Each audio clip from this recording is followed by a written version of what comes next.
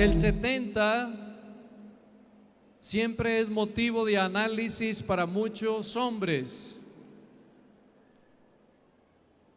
El 70 fue algo de lo que le llamó siempre la atención a Daniel.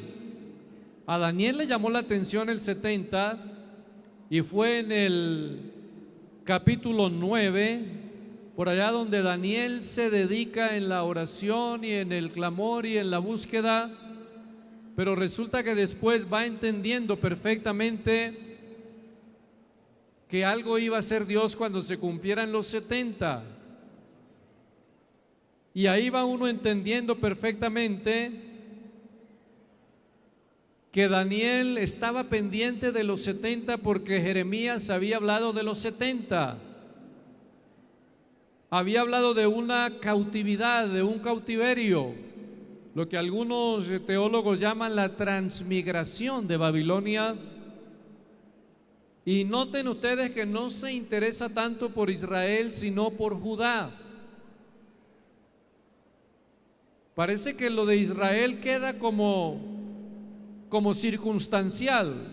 Sin embargo, lo de Judá queda como profético ahí.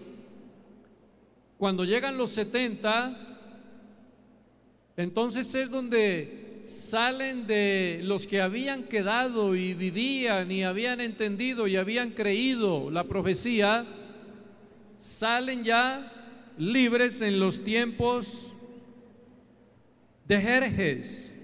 O sea, era el dominio de los medo-persas.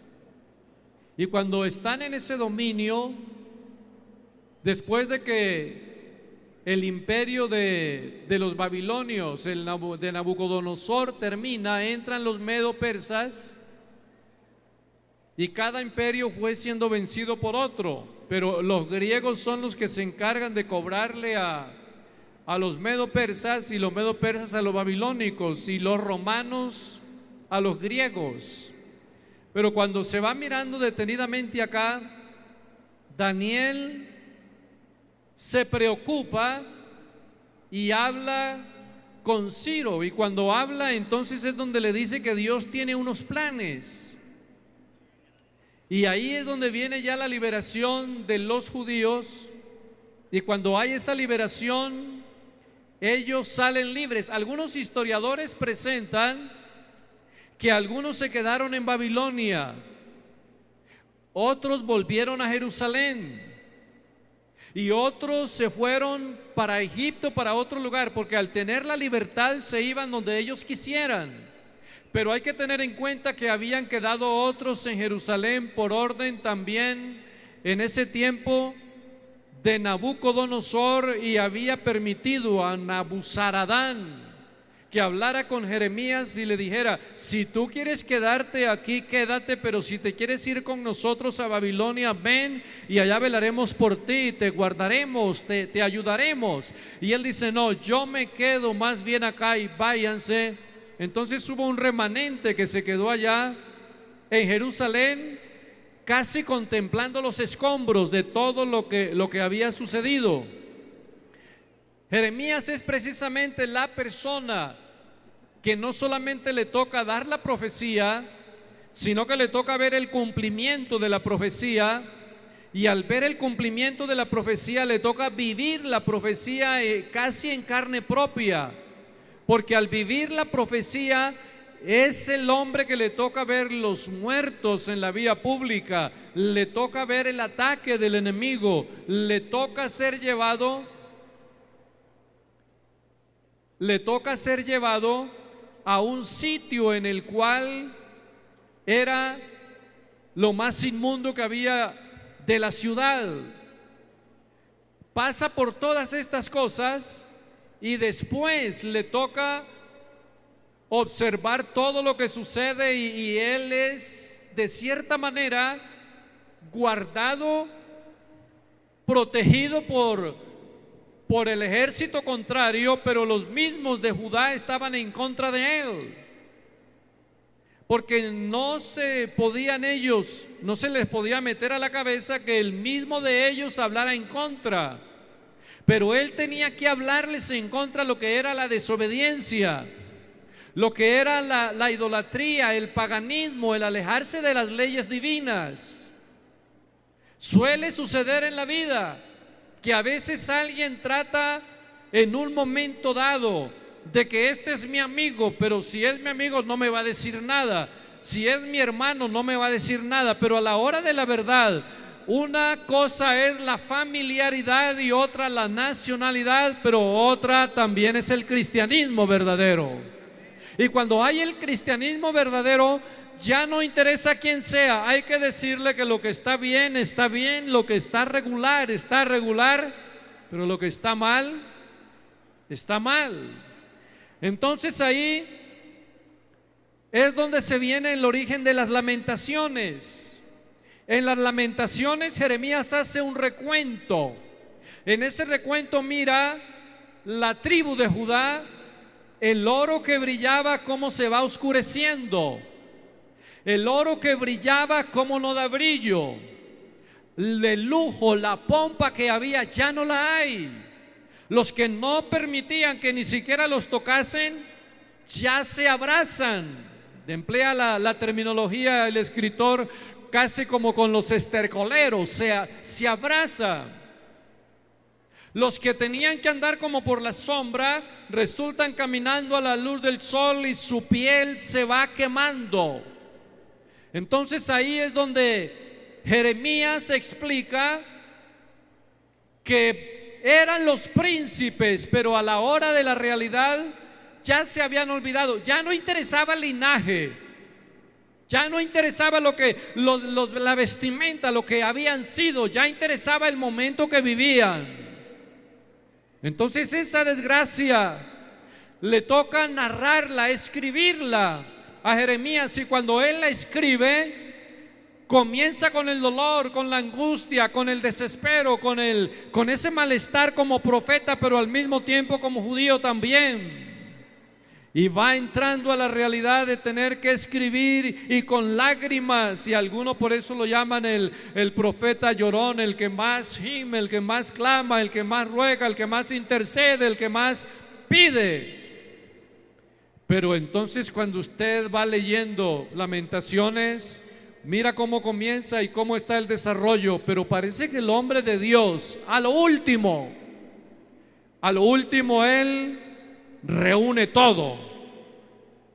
Como cuando le dice: Señor, ¿por qué lo hiciste? Pero mira, Señor, recuerda las promesas, pero mira, Señor, observa todos esos muertos, mira. Y parece que tanto dice mira y observa y ve tu pueblo, tus escogidos, tu tribu. Pero después parece que el profeta como que da media vuelta y dice: pero Él es soberano, pero Él es grandioso. Y parece que ya entra la realidad y después dice: pero eso sí, Dios mío, acuérdate de nosotros y ten misericordia algún día de nosotros. Entonces hay algo especial. Esa generación sale de allá, y qué interesante lograr así rápidamente. Hay una manera de estudiar las generaciones por número, y hay otra manera de estudiar las generaciones por personas. Si yo traigo a una hija o a un hijo mío y lo acomodo acá y tiene él 30 o 35, hay dos generaciones. Si llamo a un nieto que tenga 5 o 10 años, allá está la otra generación. Entonces hay una generación que vive y está metida en la otra generación, y hay una generación que vive también y está metida en la generación pequeña. Quiere decir entonces que las generaciones siempre tienen una influencia la una con la otra. Lo que pasa es que la generación más difícil que hay es la tercera generación. Es la más difícil y es a la que hay que prestarle más atención, pero al mismo tiempo hay que prestarle más cuidado. Más cuidado, ¿por qué? Porque es la tercera, casi la que tiene el poder decisorio. Y cuando hablo del poder decisorio, estoy hablando de ese poder en que fácilmente puede cambiar algo o fácilmente lo sostiene, porque ya no están las otras generaciones, sino que está Él. Pudiéramos pensar en esta hora algo rápido y sencillo. La generación de ese niño de 5 y de 10, ¿qué será cuando tenga 30 o 40 años? Toma decisiones, pero ya el otro de la otra decisión ya no está y el anterior tampoco está. Eso fue lo que sucedió en los tiempos de Josué. Una generación se quedó allá, la otra entró, y la que se fue levantando allá, lastimosamente dice la Biblia, no conocían a Jehová. Se levantó otra generación, era la que no conocía. Y aquí es donde viene la manera de la introducción realmente en esto del peligro de la tercera, porque la tercera o consolida las cosas o las deteriora. Su nieto será vergüenza suya o será un privilegio tenerlo, pero es difícil que usted lo logre ver. Eso es casi como un honor o un privilegio que alguien vea a su nieto de 30 o de 40 años. Su nieto, verá a su hijo, pero su nieto. Entonces ya, como Job dijo en una ocasión, sus hijos o su descendencia tendrán honores, pero él no lo verá. O tendrá dificultades, pero no los podrá ayudar. Entonces la otra, esa generación, cuando se terminan los 70, es donde salen ellos, pero no salen los que entraron, salen los que se formaron allá. Algunos hombres de Dios explican que Daniel entró siendo de brazos o pequeñito, y por eso no se habla de que él salió, se habla de que vivió toda su vida allá. ¿Por qué? Porque precisamente Dios había hecho con él un trabajo y él decía, ya estoy próximo a morir, ya me quedaré aquí donde Dios me ha dado un sitio, un espacio. Pero ya era un hombre de edad. La tercera generación es la de más cuidado, aunque todas son de cuidado, pero todos venimos y hemos llegado a una tercera. Si se estudia la vida del hermano Larsen, el hermano Larsen cuando vino acá ya estaba pasando su primera, estaba metido en la segunda, y estando acá Dios le usó para formar muchas personas que entraron a ser parte de otra generación, la tercera para él, pero la primera para el que entraba.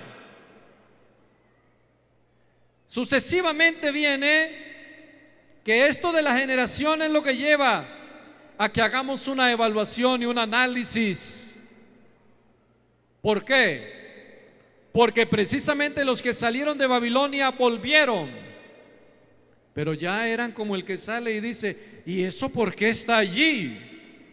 Ah, es que tú no sabes. Sí, he oído, pero yo como no estuve. Y entonces todo se lleva. Entonces el padre de pronto le dice, es que mi papá, pero ese es tu papá, tu abuelo, mi abuelo, tu papá. Sí. Y entonces es donde ya dice, piensa el de la otra generación, pobrecito mi viejo ya, antes voy a tener que ayudarlo o algo así para que ya. Por eso cuando uno lee, yo estaba leyendo la palabra del Señor y saben que hubo un texto que leí, no sé, lo leí pero me di a la tarea de ver qué decía, y cuando lo leí por allá en el Salmo 119, 70, yo dije, hombre, voy a ver qué dice ese 70. Y dice, se engrosó el corazón de ellos como cebo, se engrosó, se llenó. Como cuando el nieto se defiende de los argumentos de él, pero se apoya con el abuelo y con el padre. Este libro lo sacó mi abuelo, esta casa la compró mi abuelo, ese carro viejo por ahí, automóvil, lo compró mi abuelo. Y parece que todo él lo compró, él lo hizo, él lo llevó, él lo trajo. Pero ahora soy yo. Y entonces ahí hay algo que ya no está el abuelo para decir: ¿y por qué me tratas así? Si cuando estaba pequeñito era el que más cargaba. Esa nieta, ese nieto es el que casi se pone como a jugar con él. Y el nieto se le para en los hombros y todo, y él se queda. Cosa que de pronto no le permitió a los hijos, le permite a los nietos. Se engrosó el corazón de ellos, se llenaron de tanta prosperidad que el corazón se engrosó, pero dice el salmista: mas yo en tu ley me he regocijado. De ahí entonces que los 70, los que salieron, se oye de ellos y se lee, pero poco. Ya no hay esa fuerza que había antes. ¿Por qué? Yo quiero aclarar en esta tarde que no es el problema de la generación, es el problema de la formación de la generación. Porque todos hemos sido tercera, y todos hemos sido segunda, y todos hemos sido primera. Porque aquí nadie puede decir que sigue siendo en la primera. Lo dice ahora porque tiene la edad, pero déjeme, dentro de 20 o 30 años ya no puede decir lo mismo. Por eso es que cuando Jesús se refiere a la generación, Él no encuentra otra manera como compararla. Y entonces Él reúne a los discípulos y le dice: vengan, vengan, vengan acá. ¿A qué compararé esta generación? Es como la inconformidad. Se les toca flauta y no bailan. Se les trata algo acerca de endechar o de quebrantarse y no lloran. Viven al revés. Viven como al contrario. ¿A quién compararé esta generación? Os endechamos y no bailaste, os dijimos y no llorasteis. Es una generación inconforme, como incompleta, como que le hace falta algo. Pero todos pasamos por ese nivel. Cuando usted era joven, quién sabe cuánto tendrían que rogarle para que se entregara al Señor. Cuando usted era joven, ¿cuántas cosas cometería? O sea que aquí no estamos los mejores, aquí estamos los salvos por la gracia y la misericordia de Dios. Una alabanza al Señor. Cuando ese Salmo 126 se encarna en la realidad de la vida, cuando Jehová hiciere volver la cautividad de Sión, seremos como los que sueñan. Entonces nuestra boca se llenará de risa, nuestra lengua de alabanza, y dirán entre las naciones: grandes cosas ha hecho Jehová con estos, grandes cosas ha hecho Jehová con nosotros. Estaremos alegres al volver nuestra cautividad. Como los arroyos del Negev, los que sembraron con lágrimas, con regocijo segará. Anda andando y llorando el que lleva la preciosa semilla, pero volverá a venir con regocijo, trayendo la gavilla, porque estuvo allá y sale. El peligro es: ¿dónde está la responsabilidad de la generación pasada? ¿Dónde está? Por eso cuando yo estaba leyendo el capítulo, me llamaba la atención todo el capítulo.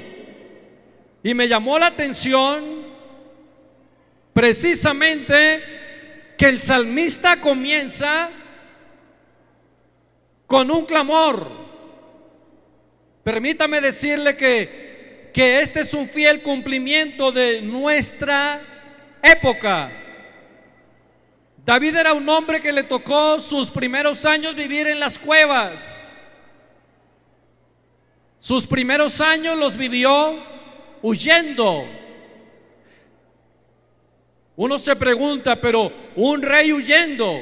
Bueno, a él lo ungieron cuando fue Samuel, pero qué extraño que en vez de llevárselo de una vez al trono, resulta que le viene la persecución, la angustia, el problema. Y entonces hay un David metido por allá en una cueva. Sale de allá a otra cueva. Sale de allí a esa montaña. De allá de la montaña sale a la llanura. De la llanura sale a otra parte cerca al río. Y así se la pasa la vida como huyendo. Entonces cuando se ve la formación que va teniendo David, huyendo, corriendo, escondiéndose, llega el momento en el cual, en medio de su peregrinaje de angustia y de dolor, él dice: Señor, acude a librarme, apresúrate a socorrerme. Hay un clamor acá: apresúrate, como queriéndole decir: Señor, por favor, corre en mi ayuda, por favor, no me dejes. Ese es el clamor inicial de la vida nuestra, y ese fue el clamor inicial de la mayoría de todos nosotros los convertidos. Señor, esto está difícil, está duro, pero por favor ayúdame. Y entonces es cuando usted tenía 20 y 25 y 15 y 18 años, se entrega al Señor y le viene el ataque por allí, el ataque por allá, el problema por allá, lo echan de la casa, lo amenazan, le dicen de todo, pero ahí es donde usted dice: Señor, ayúdame ahora, corre en mi protección, Señor. Una alabanza al Señor. Apresúrate. Es una situación difícil, es una intervención de urgencia. Pero entonces ahí se presenta Él. Si yo le preguntara a los que conocieron al Señor en ese tiempo, fue mucho lo que tuvieron que padecer y luchar y soportar y aguantar. Pero cuando yo voy viendo ahora ya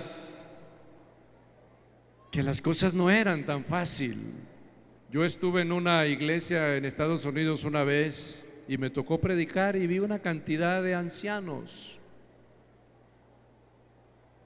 Y prediqué la palabra del Señor y los invité. Si alguien desea una oración por su vida cristiana, si alguien desea tener un examen interno con Dios, y sabe que pasaron una cantidad de ancianos. Y cuando terminó, yo me bajé allá donde ellos, y unas personas de esas me abrazaron y se quedaron viéndome y me dice: ¿usted es colombiano? Le digo: sí. Y me hicieron como un ruedo allí. Y se quedaban mirándome de arriba abajo, de arriba abajo. Y yo dije: Señor, ¿qué pasaría? ¿Será que dije algo que no era lo correcto? En fin, cuando resultaron llorando, dije: ve. Y entre ellos comenzaron a hablar. Ese hombre forma parte de ese trabajo de Larsen. Y yo dije: algo tienen que saber de él desde que le llaman Larsen. Y otro le decía de Haskell. Y entonces yo les dije: ¿y qué fue lo que pasó? Y me dice: es que nosotros somos contemporáneos con Larsen.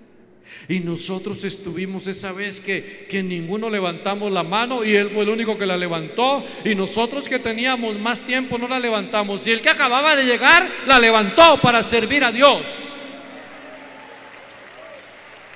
Y nos han dicho que en Colombia hay cientos y cientos, y les dije: es la verdad, hay cientos y cientos de predicadores allá, todo porque este hombre Larsen no les hizo caso a ustedes y se fue allá a predicar la palabra. ¿Por qué les dije que no les hizo caso? Porque ellos mismos dijeron, yo le dije, Larsen, no te vayas. Mira la edad que tienes, no te vayas. ¿Quién te va a sostener por allá? Mira, eso es país lejano por allá, que vaya otro. Y dice que el hermano Larsen seguía, yo voy. Y cuando se le metió ese yo voy, no se lo arrancó nadie del corazón, él se vino. Entonces ese grupito que había ahí, la mayoría, le habían dicho que no se fuera. Entonces yo entendí por qué lloraban, porque dijeron, si nos hubiese hecho caso a nosotros, no habría una obra en Colombia tan numerosa, pero como le hizo caso a Dios, por eso estamos nosotros acá alabándolo y glorificándolo.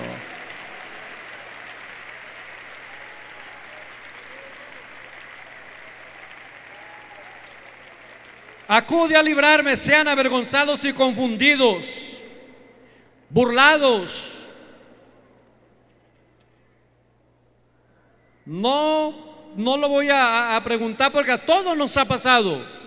Se han burlado de nosotros. Míralos cómo cantan. Parecen esto y aquello y lo otro. Míralos cómo oran. Parecen esto y lo otro. Míralos cómo están allá. Esa gente son pobres, desnutridos. Y míralos. Y nosotros agachando esa cabeza y diciéndole, Señor, oh, hay poder en tu nombre. Algún día verán de que no somos lo que ellos creen, porque tú estás con nosotros. Y hoy lo decimos no para ufanarnos, no para enorgullecernos, pero para darle la honra y la gloria a Él. No tenemos fincas, no tenemos cadena radial, no tenemos cadena de televisión, pero sí tenemos el poder del Espíritu Santo en la vida. Shama Mahaya está soya bajita tarajanta hasta sama.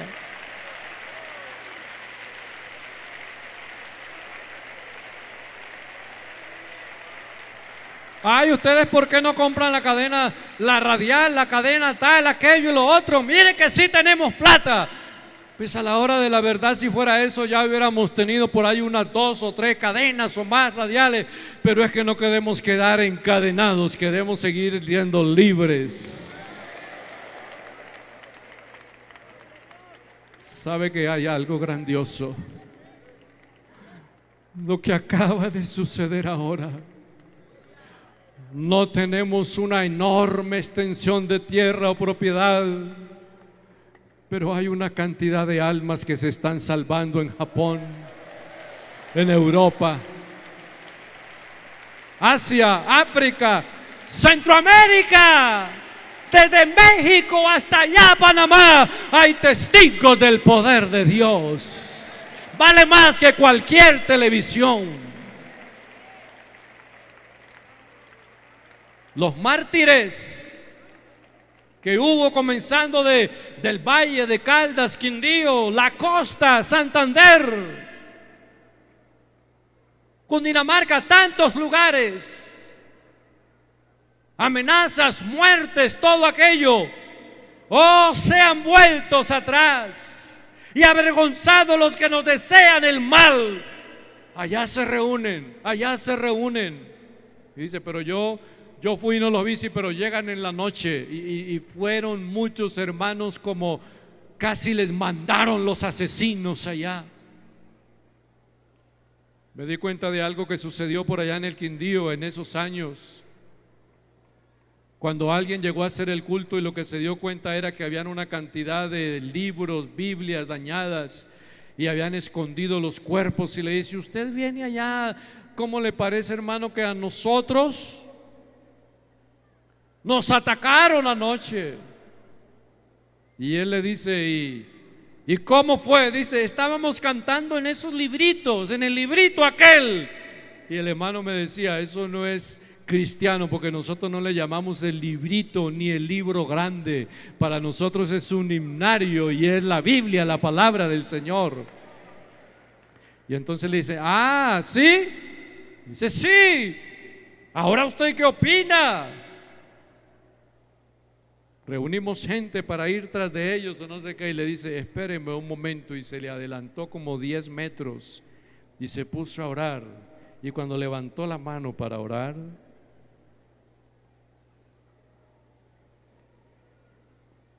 pasó un carro, un bus, y como habían sabido de la masacre, aceleró más fuerte.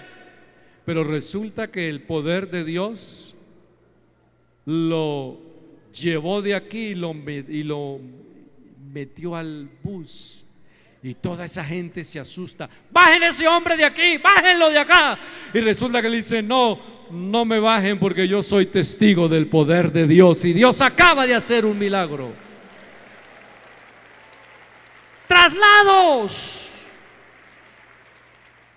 milagros. A unos los hicieron arrodillar y les disparaban y esa arma parecía toda vieja, eso no sonaba. Y resulta que cuando la tiraban por allá se disparaba allá donde caía.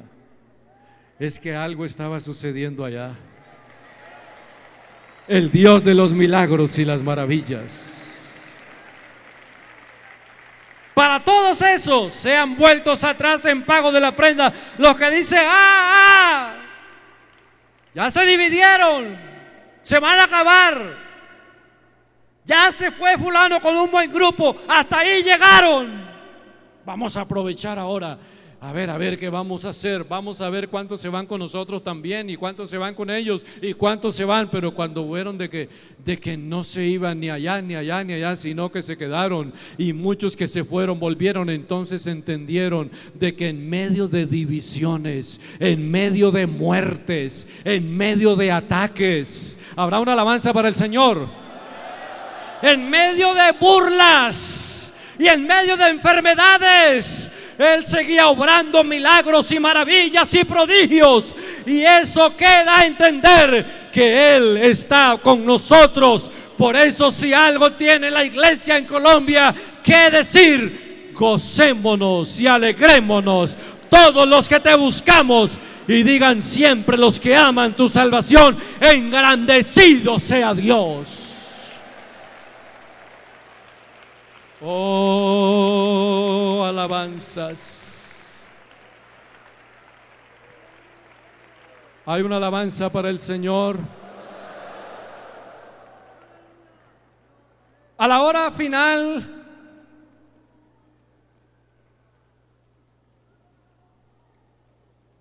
vuelve otra vez, casi la similitud del verso al primero. Acude a librarme. Y acá dice, apresúrate, oh Dios, no te detengas. Hay algo que siempre me llama la atención. Cuando las cosas van creciendo, ya casi no hay esa situación como antes. Ya no hay ese afán que había antes. Ya lo que es el orar, eso es como en tercero o cuarto plano ya.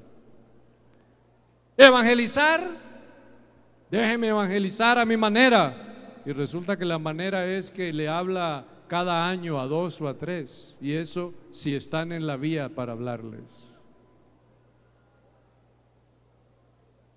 Espíritu Santo, no hay necesidad. De Espíritu Santo no hay necesidad. Pero si siempre nos han dicho que hay, no hay necesidad. Oré por un enfermo y fue sano y no tengo el Espíritu Santo, entonces no se necesita. Y entonces parece que tiene sus argumentos para decir no y no y no, cuando hay otro grupo que dice sí, hay que seguir recibiendo el poder del Espíritu Santo.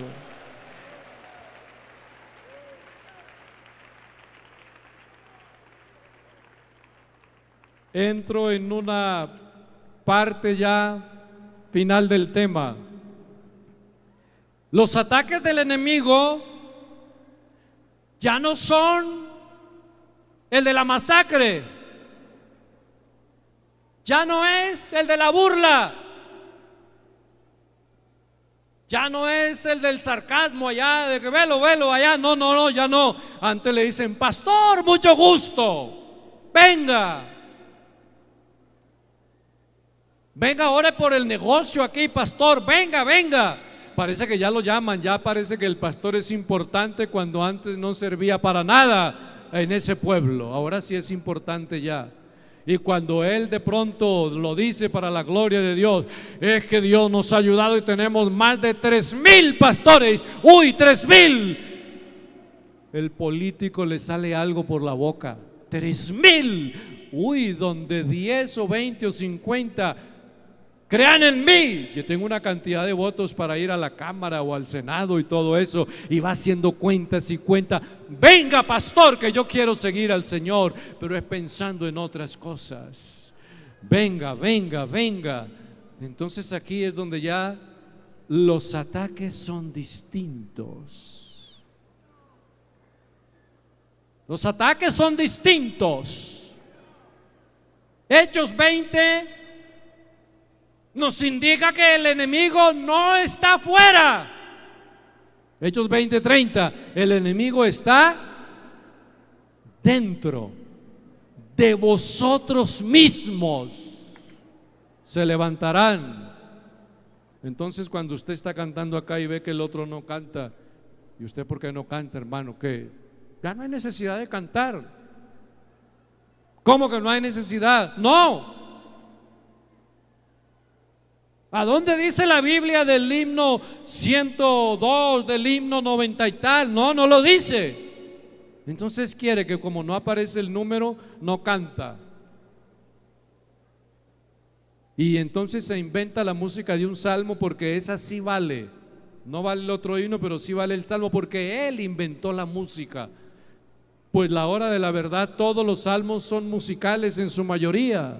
Pero entonces hay una forma de adoración y de alabanza. Entonces ya él dice: pues ahora yo no canto nada, y parece que quieren que todos sean como él. Que nadie cante porque yo no canto. Mentira, no cantes tú, pero nosotros sí seguimos cantando y alabando y glorificando al Señor. Yo no me voy a poner a estar gritando gloria a Dios. ¿Por qué? Pues no des tu gloria a Dios, pero nosotros que lo hemos conocido a Él, le damos toda la honra, la gloria y la alabanza. Un aplauso para Él. Oh, aleluya.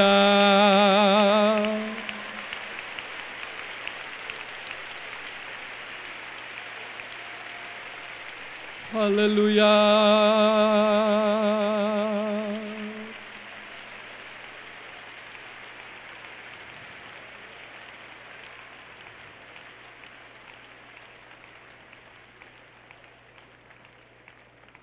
Precisamente, si algo tenemos que conservar ahora, aprendido de las generaciones pasadas, es cómo conservar nuestro cristianismo. Sabe que ya casi el problema no es cómo predicarlo, ni cómo distribuirlo, ni cómo llevar el mensaje. ¿Sabe cuál es el serio problema ahora? ¿Cómo me conservo yo con el verdadero cristianismo? Porque hay una persona al lado que me dice que ya no lo necesito de esta, ni de esta, ni de esta, ni de esta forma, sino de la que él quiere. Y el verdadero cristianismo no es ni el de él, ni el de él, ni el de él, sino el de Jesús. El evangelio del reino. Hay algo interesante, hermanos, y yo quiero ahora entrar en esta parte en el nombre de Jesús. Todo en la iglesia es importante. Para mí es importante.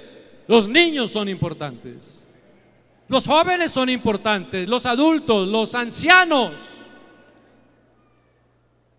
El que está en la cama enfermo, que ya no puede levantarse, es importante. Las señoritas son importantes. Todos son importantes. Pero hay algo. Estaba yo leyendo la palabra en Lucas 17.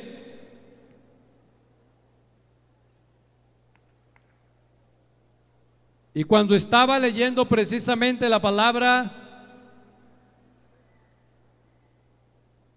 en el capítulo 15, el verso 17 dice de Lucas: ¿cuántos jornaleros tienen abundancia de pan y aquí yo perezco? Hay un reconocimiento allá. Ese reconocimiento es precisamente debido a la situación que vivía.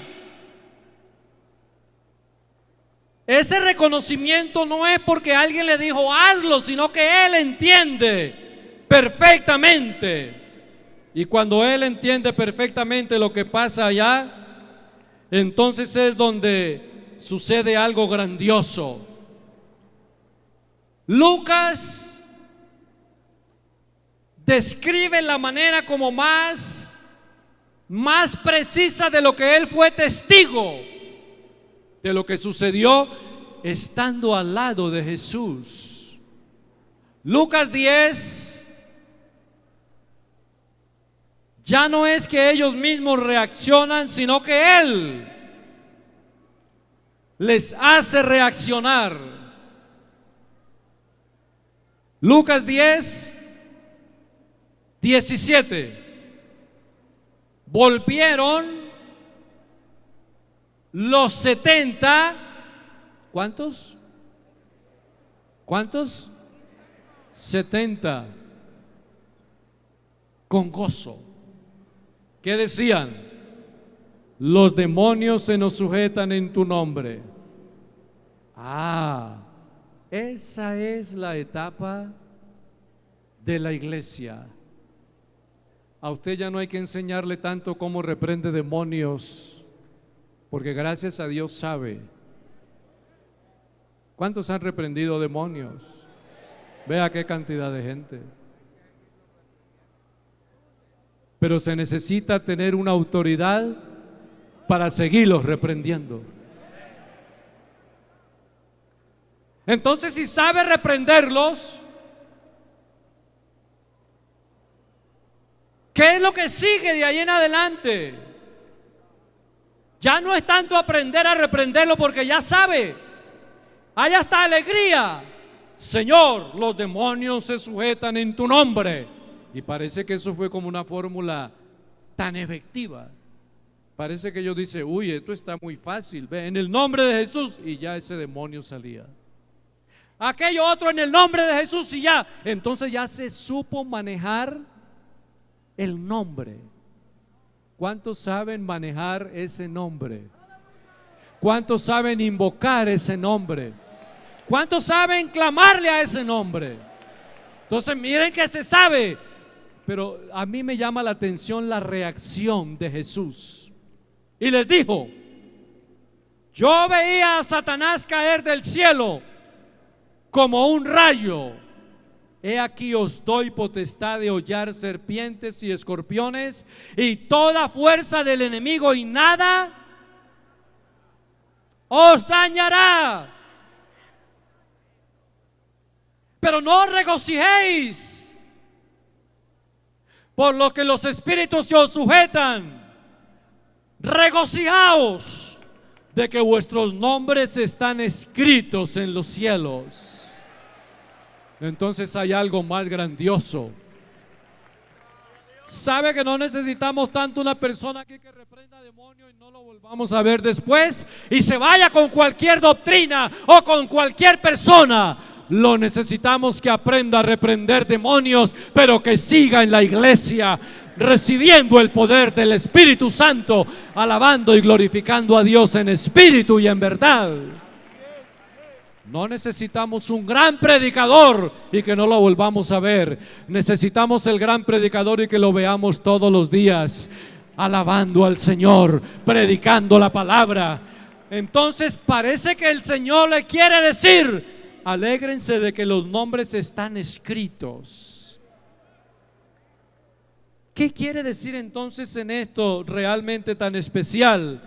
Alégrense, porque hay salvación, hay seguridad y hay fidelidad. Entonces aquí está la realidad de la vida cristiana. Es importante invocar el nombre, es importante el nombre, es importante el bautismo, es importante todo lo que nos dé, pero es más importante la fidelidad.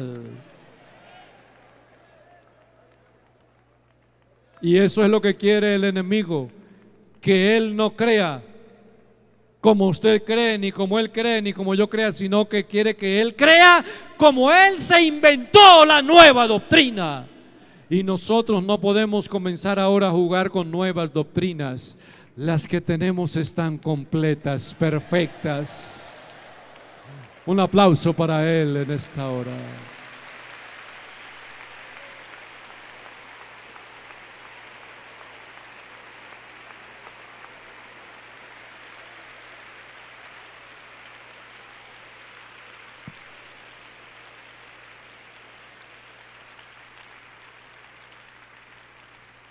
Hay tantas cosas, ya voy a finalizar, pero hermanos pastores, hay tantas cosas buenas, pero hay que seguir conservando el nivel. ¿Sabe que yo tengo un computador y sé entrar al internet? Pero no me recuerdo todavía haber sacado el mensaje del internet. Sigo clamando al de arriba para poder buscarlo. ¿Sabe qué? Le encuentro más sustancia, más gusto, porque Él me lo da directamente a mí para poder hablar la palabra. No rebusques todo lo que hay por ahí, esto, aquello. No, más bien éntrate al aposento, invoca su nombre y dile: yo estoy aquí para pedir unción de lo alto.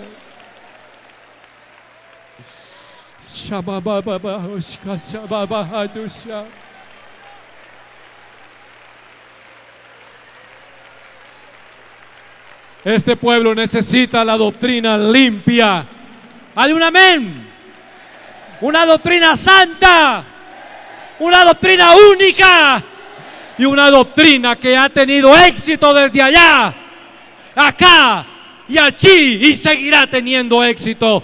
¿Por qué? Porque es la doctrina de Jesucristo, y Jesucristo es el mismo ayer y hoy y por todos los siglos. No te equivoques de puerta, entra a la verdadera puerta. Voy a meterme a esta iglesia que está cerca de la casa, porque ¿para qué caminar tanto? No, camina otras cuadras más y entra a la que debe de ser, porque ahí está tu vida, ahí está tu bendición. Que no le pase como la ancianita que ya estaba mala de los ojos y se metió, y comenzaron allá a cantar y ella: amén, aleluya. Cuando dice el pastor que había allá: saquen a esa abuelita que está dañando la reunión. Y entonces ella dice: qué raro, estoy dañando la reunión. Con razón no sentía nada aquí, es que este no es mi lugar. Y la llevaron 3 cuadras allá, y allá sí podía gritar la honra y la gloria para el Dios Todopoderoso. Un grito de victoria, otro grito de victoria, otro grito de victoria. Aquí sí podemos gritar para la honra y la gloria del Señor. Alábalo, glorifícalo, glorifícalo, glorifícalo, glorifícalo. Eso es, glorifícalo. Apláudelo, apláudelo, apláudelo, apláudelo, apláudelo, apláudelo. Este es el lugar indicado. El hermano Salomón decía, y ahora en adelante se vuelve un santuario, y este es el santuario.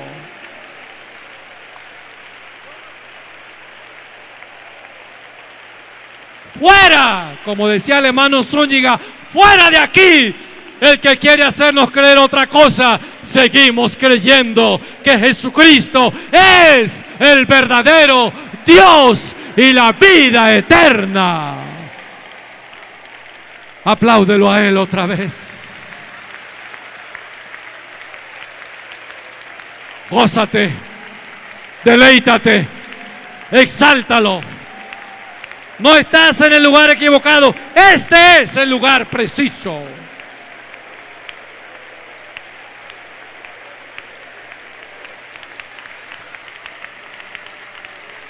Yo lo siento a Él, aquí está.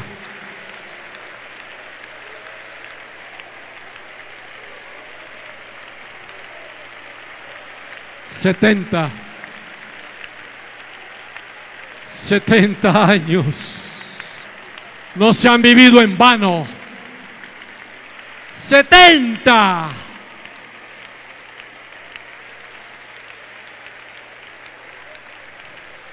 Levanta tus manos. Mueve tus manos. Ahora que la has movido, quiere decir que hay libertad. Toma la mano de tu compañero que está allí. Los 70 volvieron con gozo.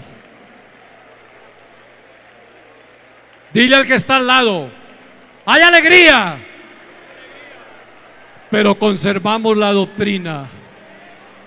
Otra vez, conservamos la doctrina. Nos alegramos en esta doctrina. Guardamos esta doctrina. Y nadie podrá arrancar la verdadera y sana doctrina.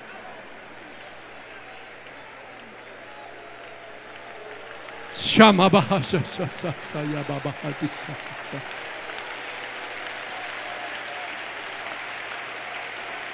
Shabaradara hayada hatasa baba. Umbadara hastaya y do hastasa baba hatasa. Eso es, eso es, eso es. Aleluya, aleluya. Alégrate, alégrate con Él. Nadie quitará de vosotros el gozo.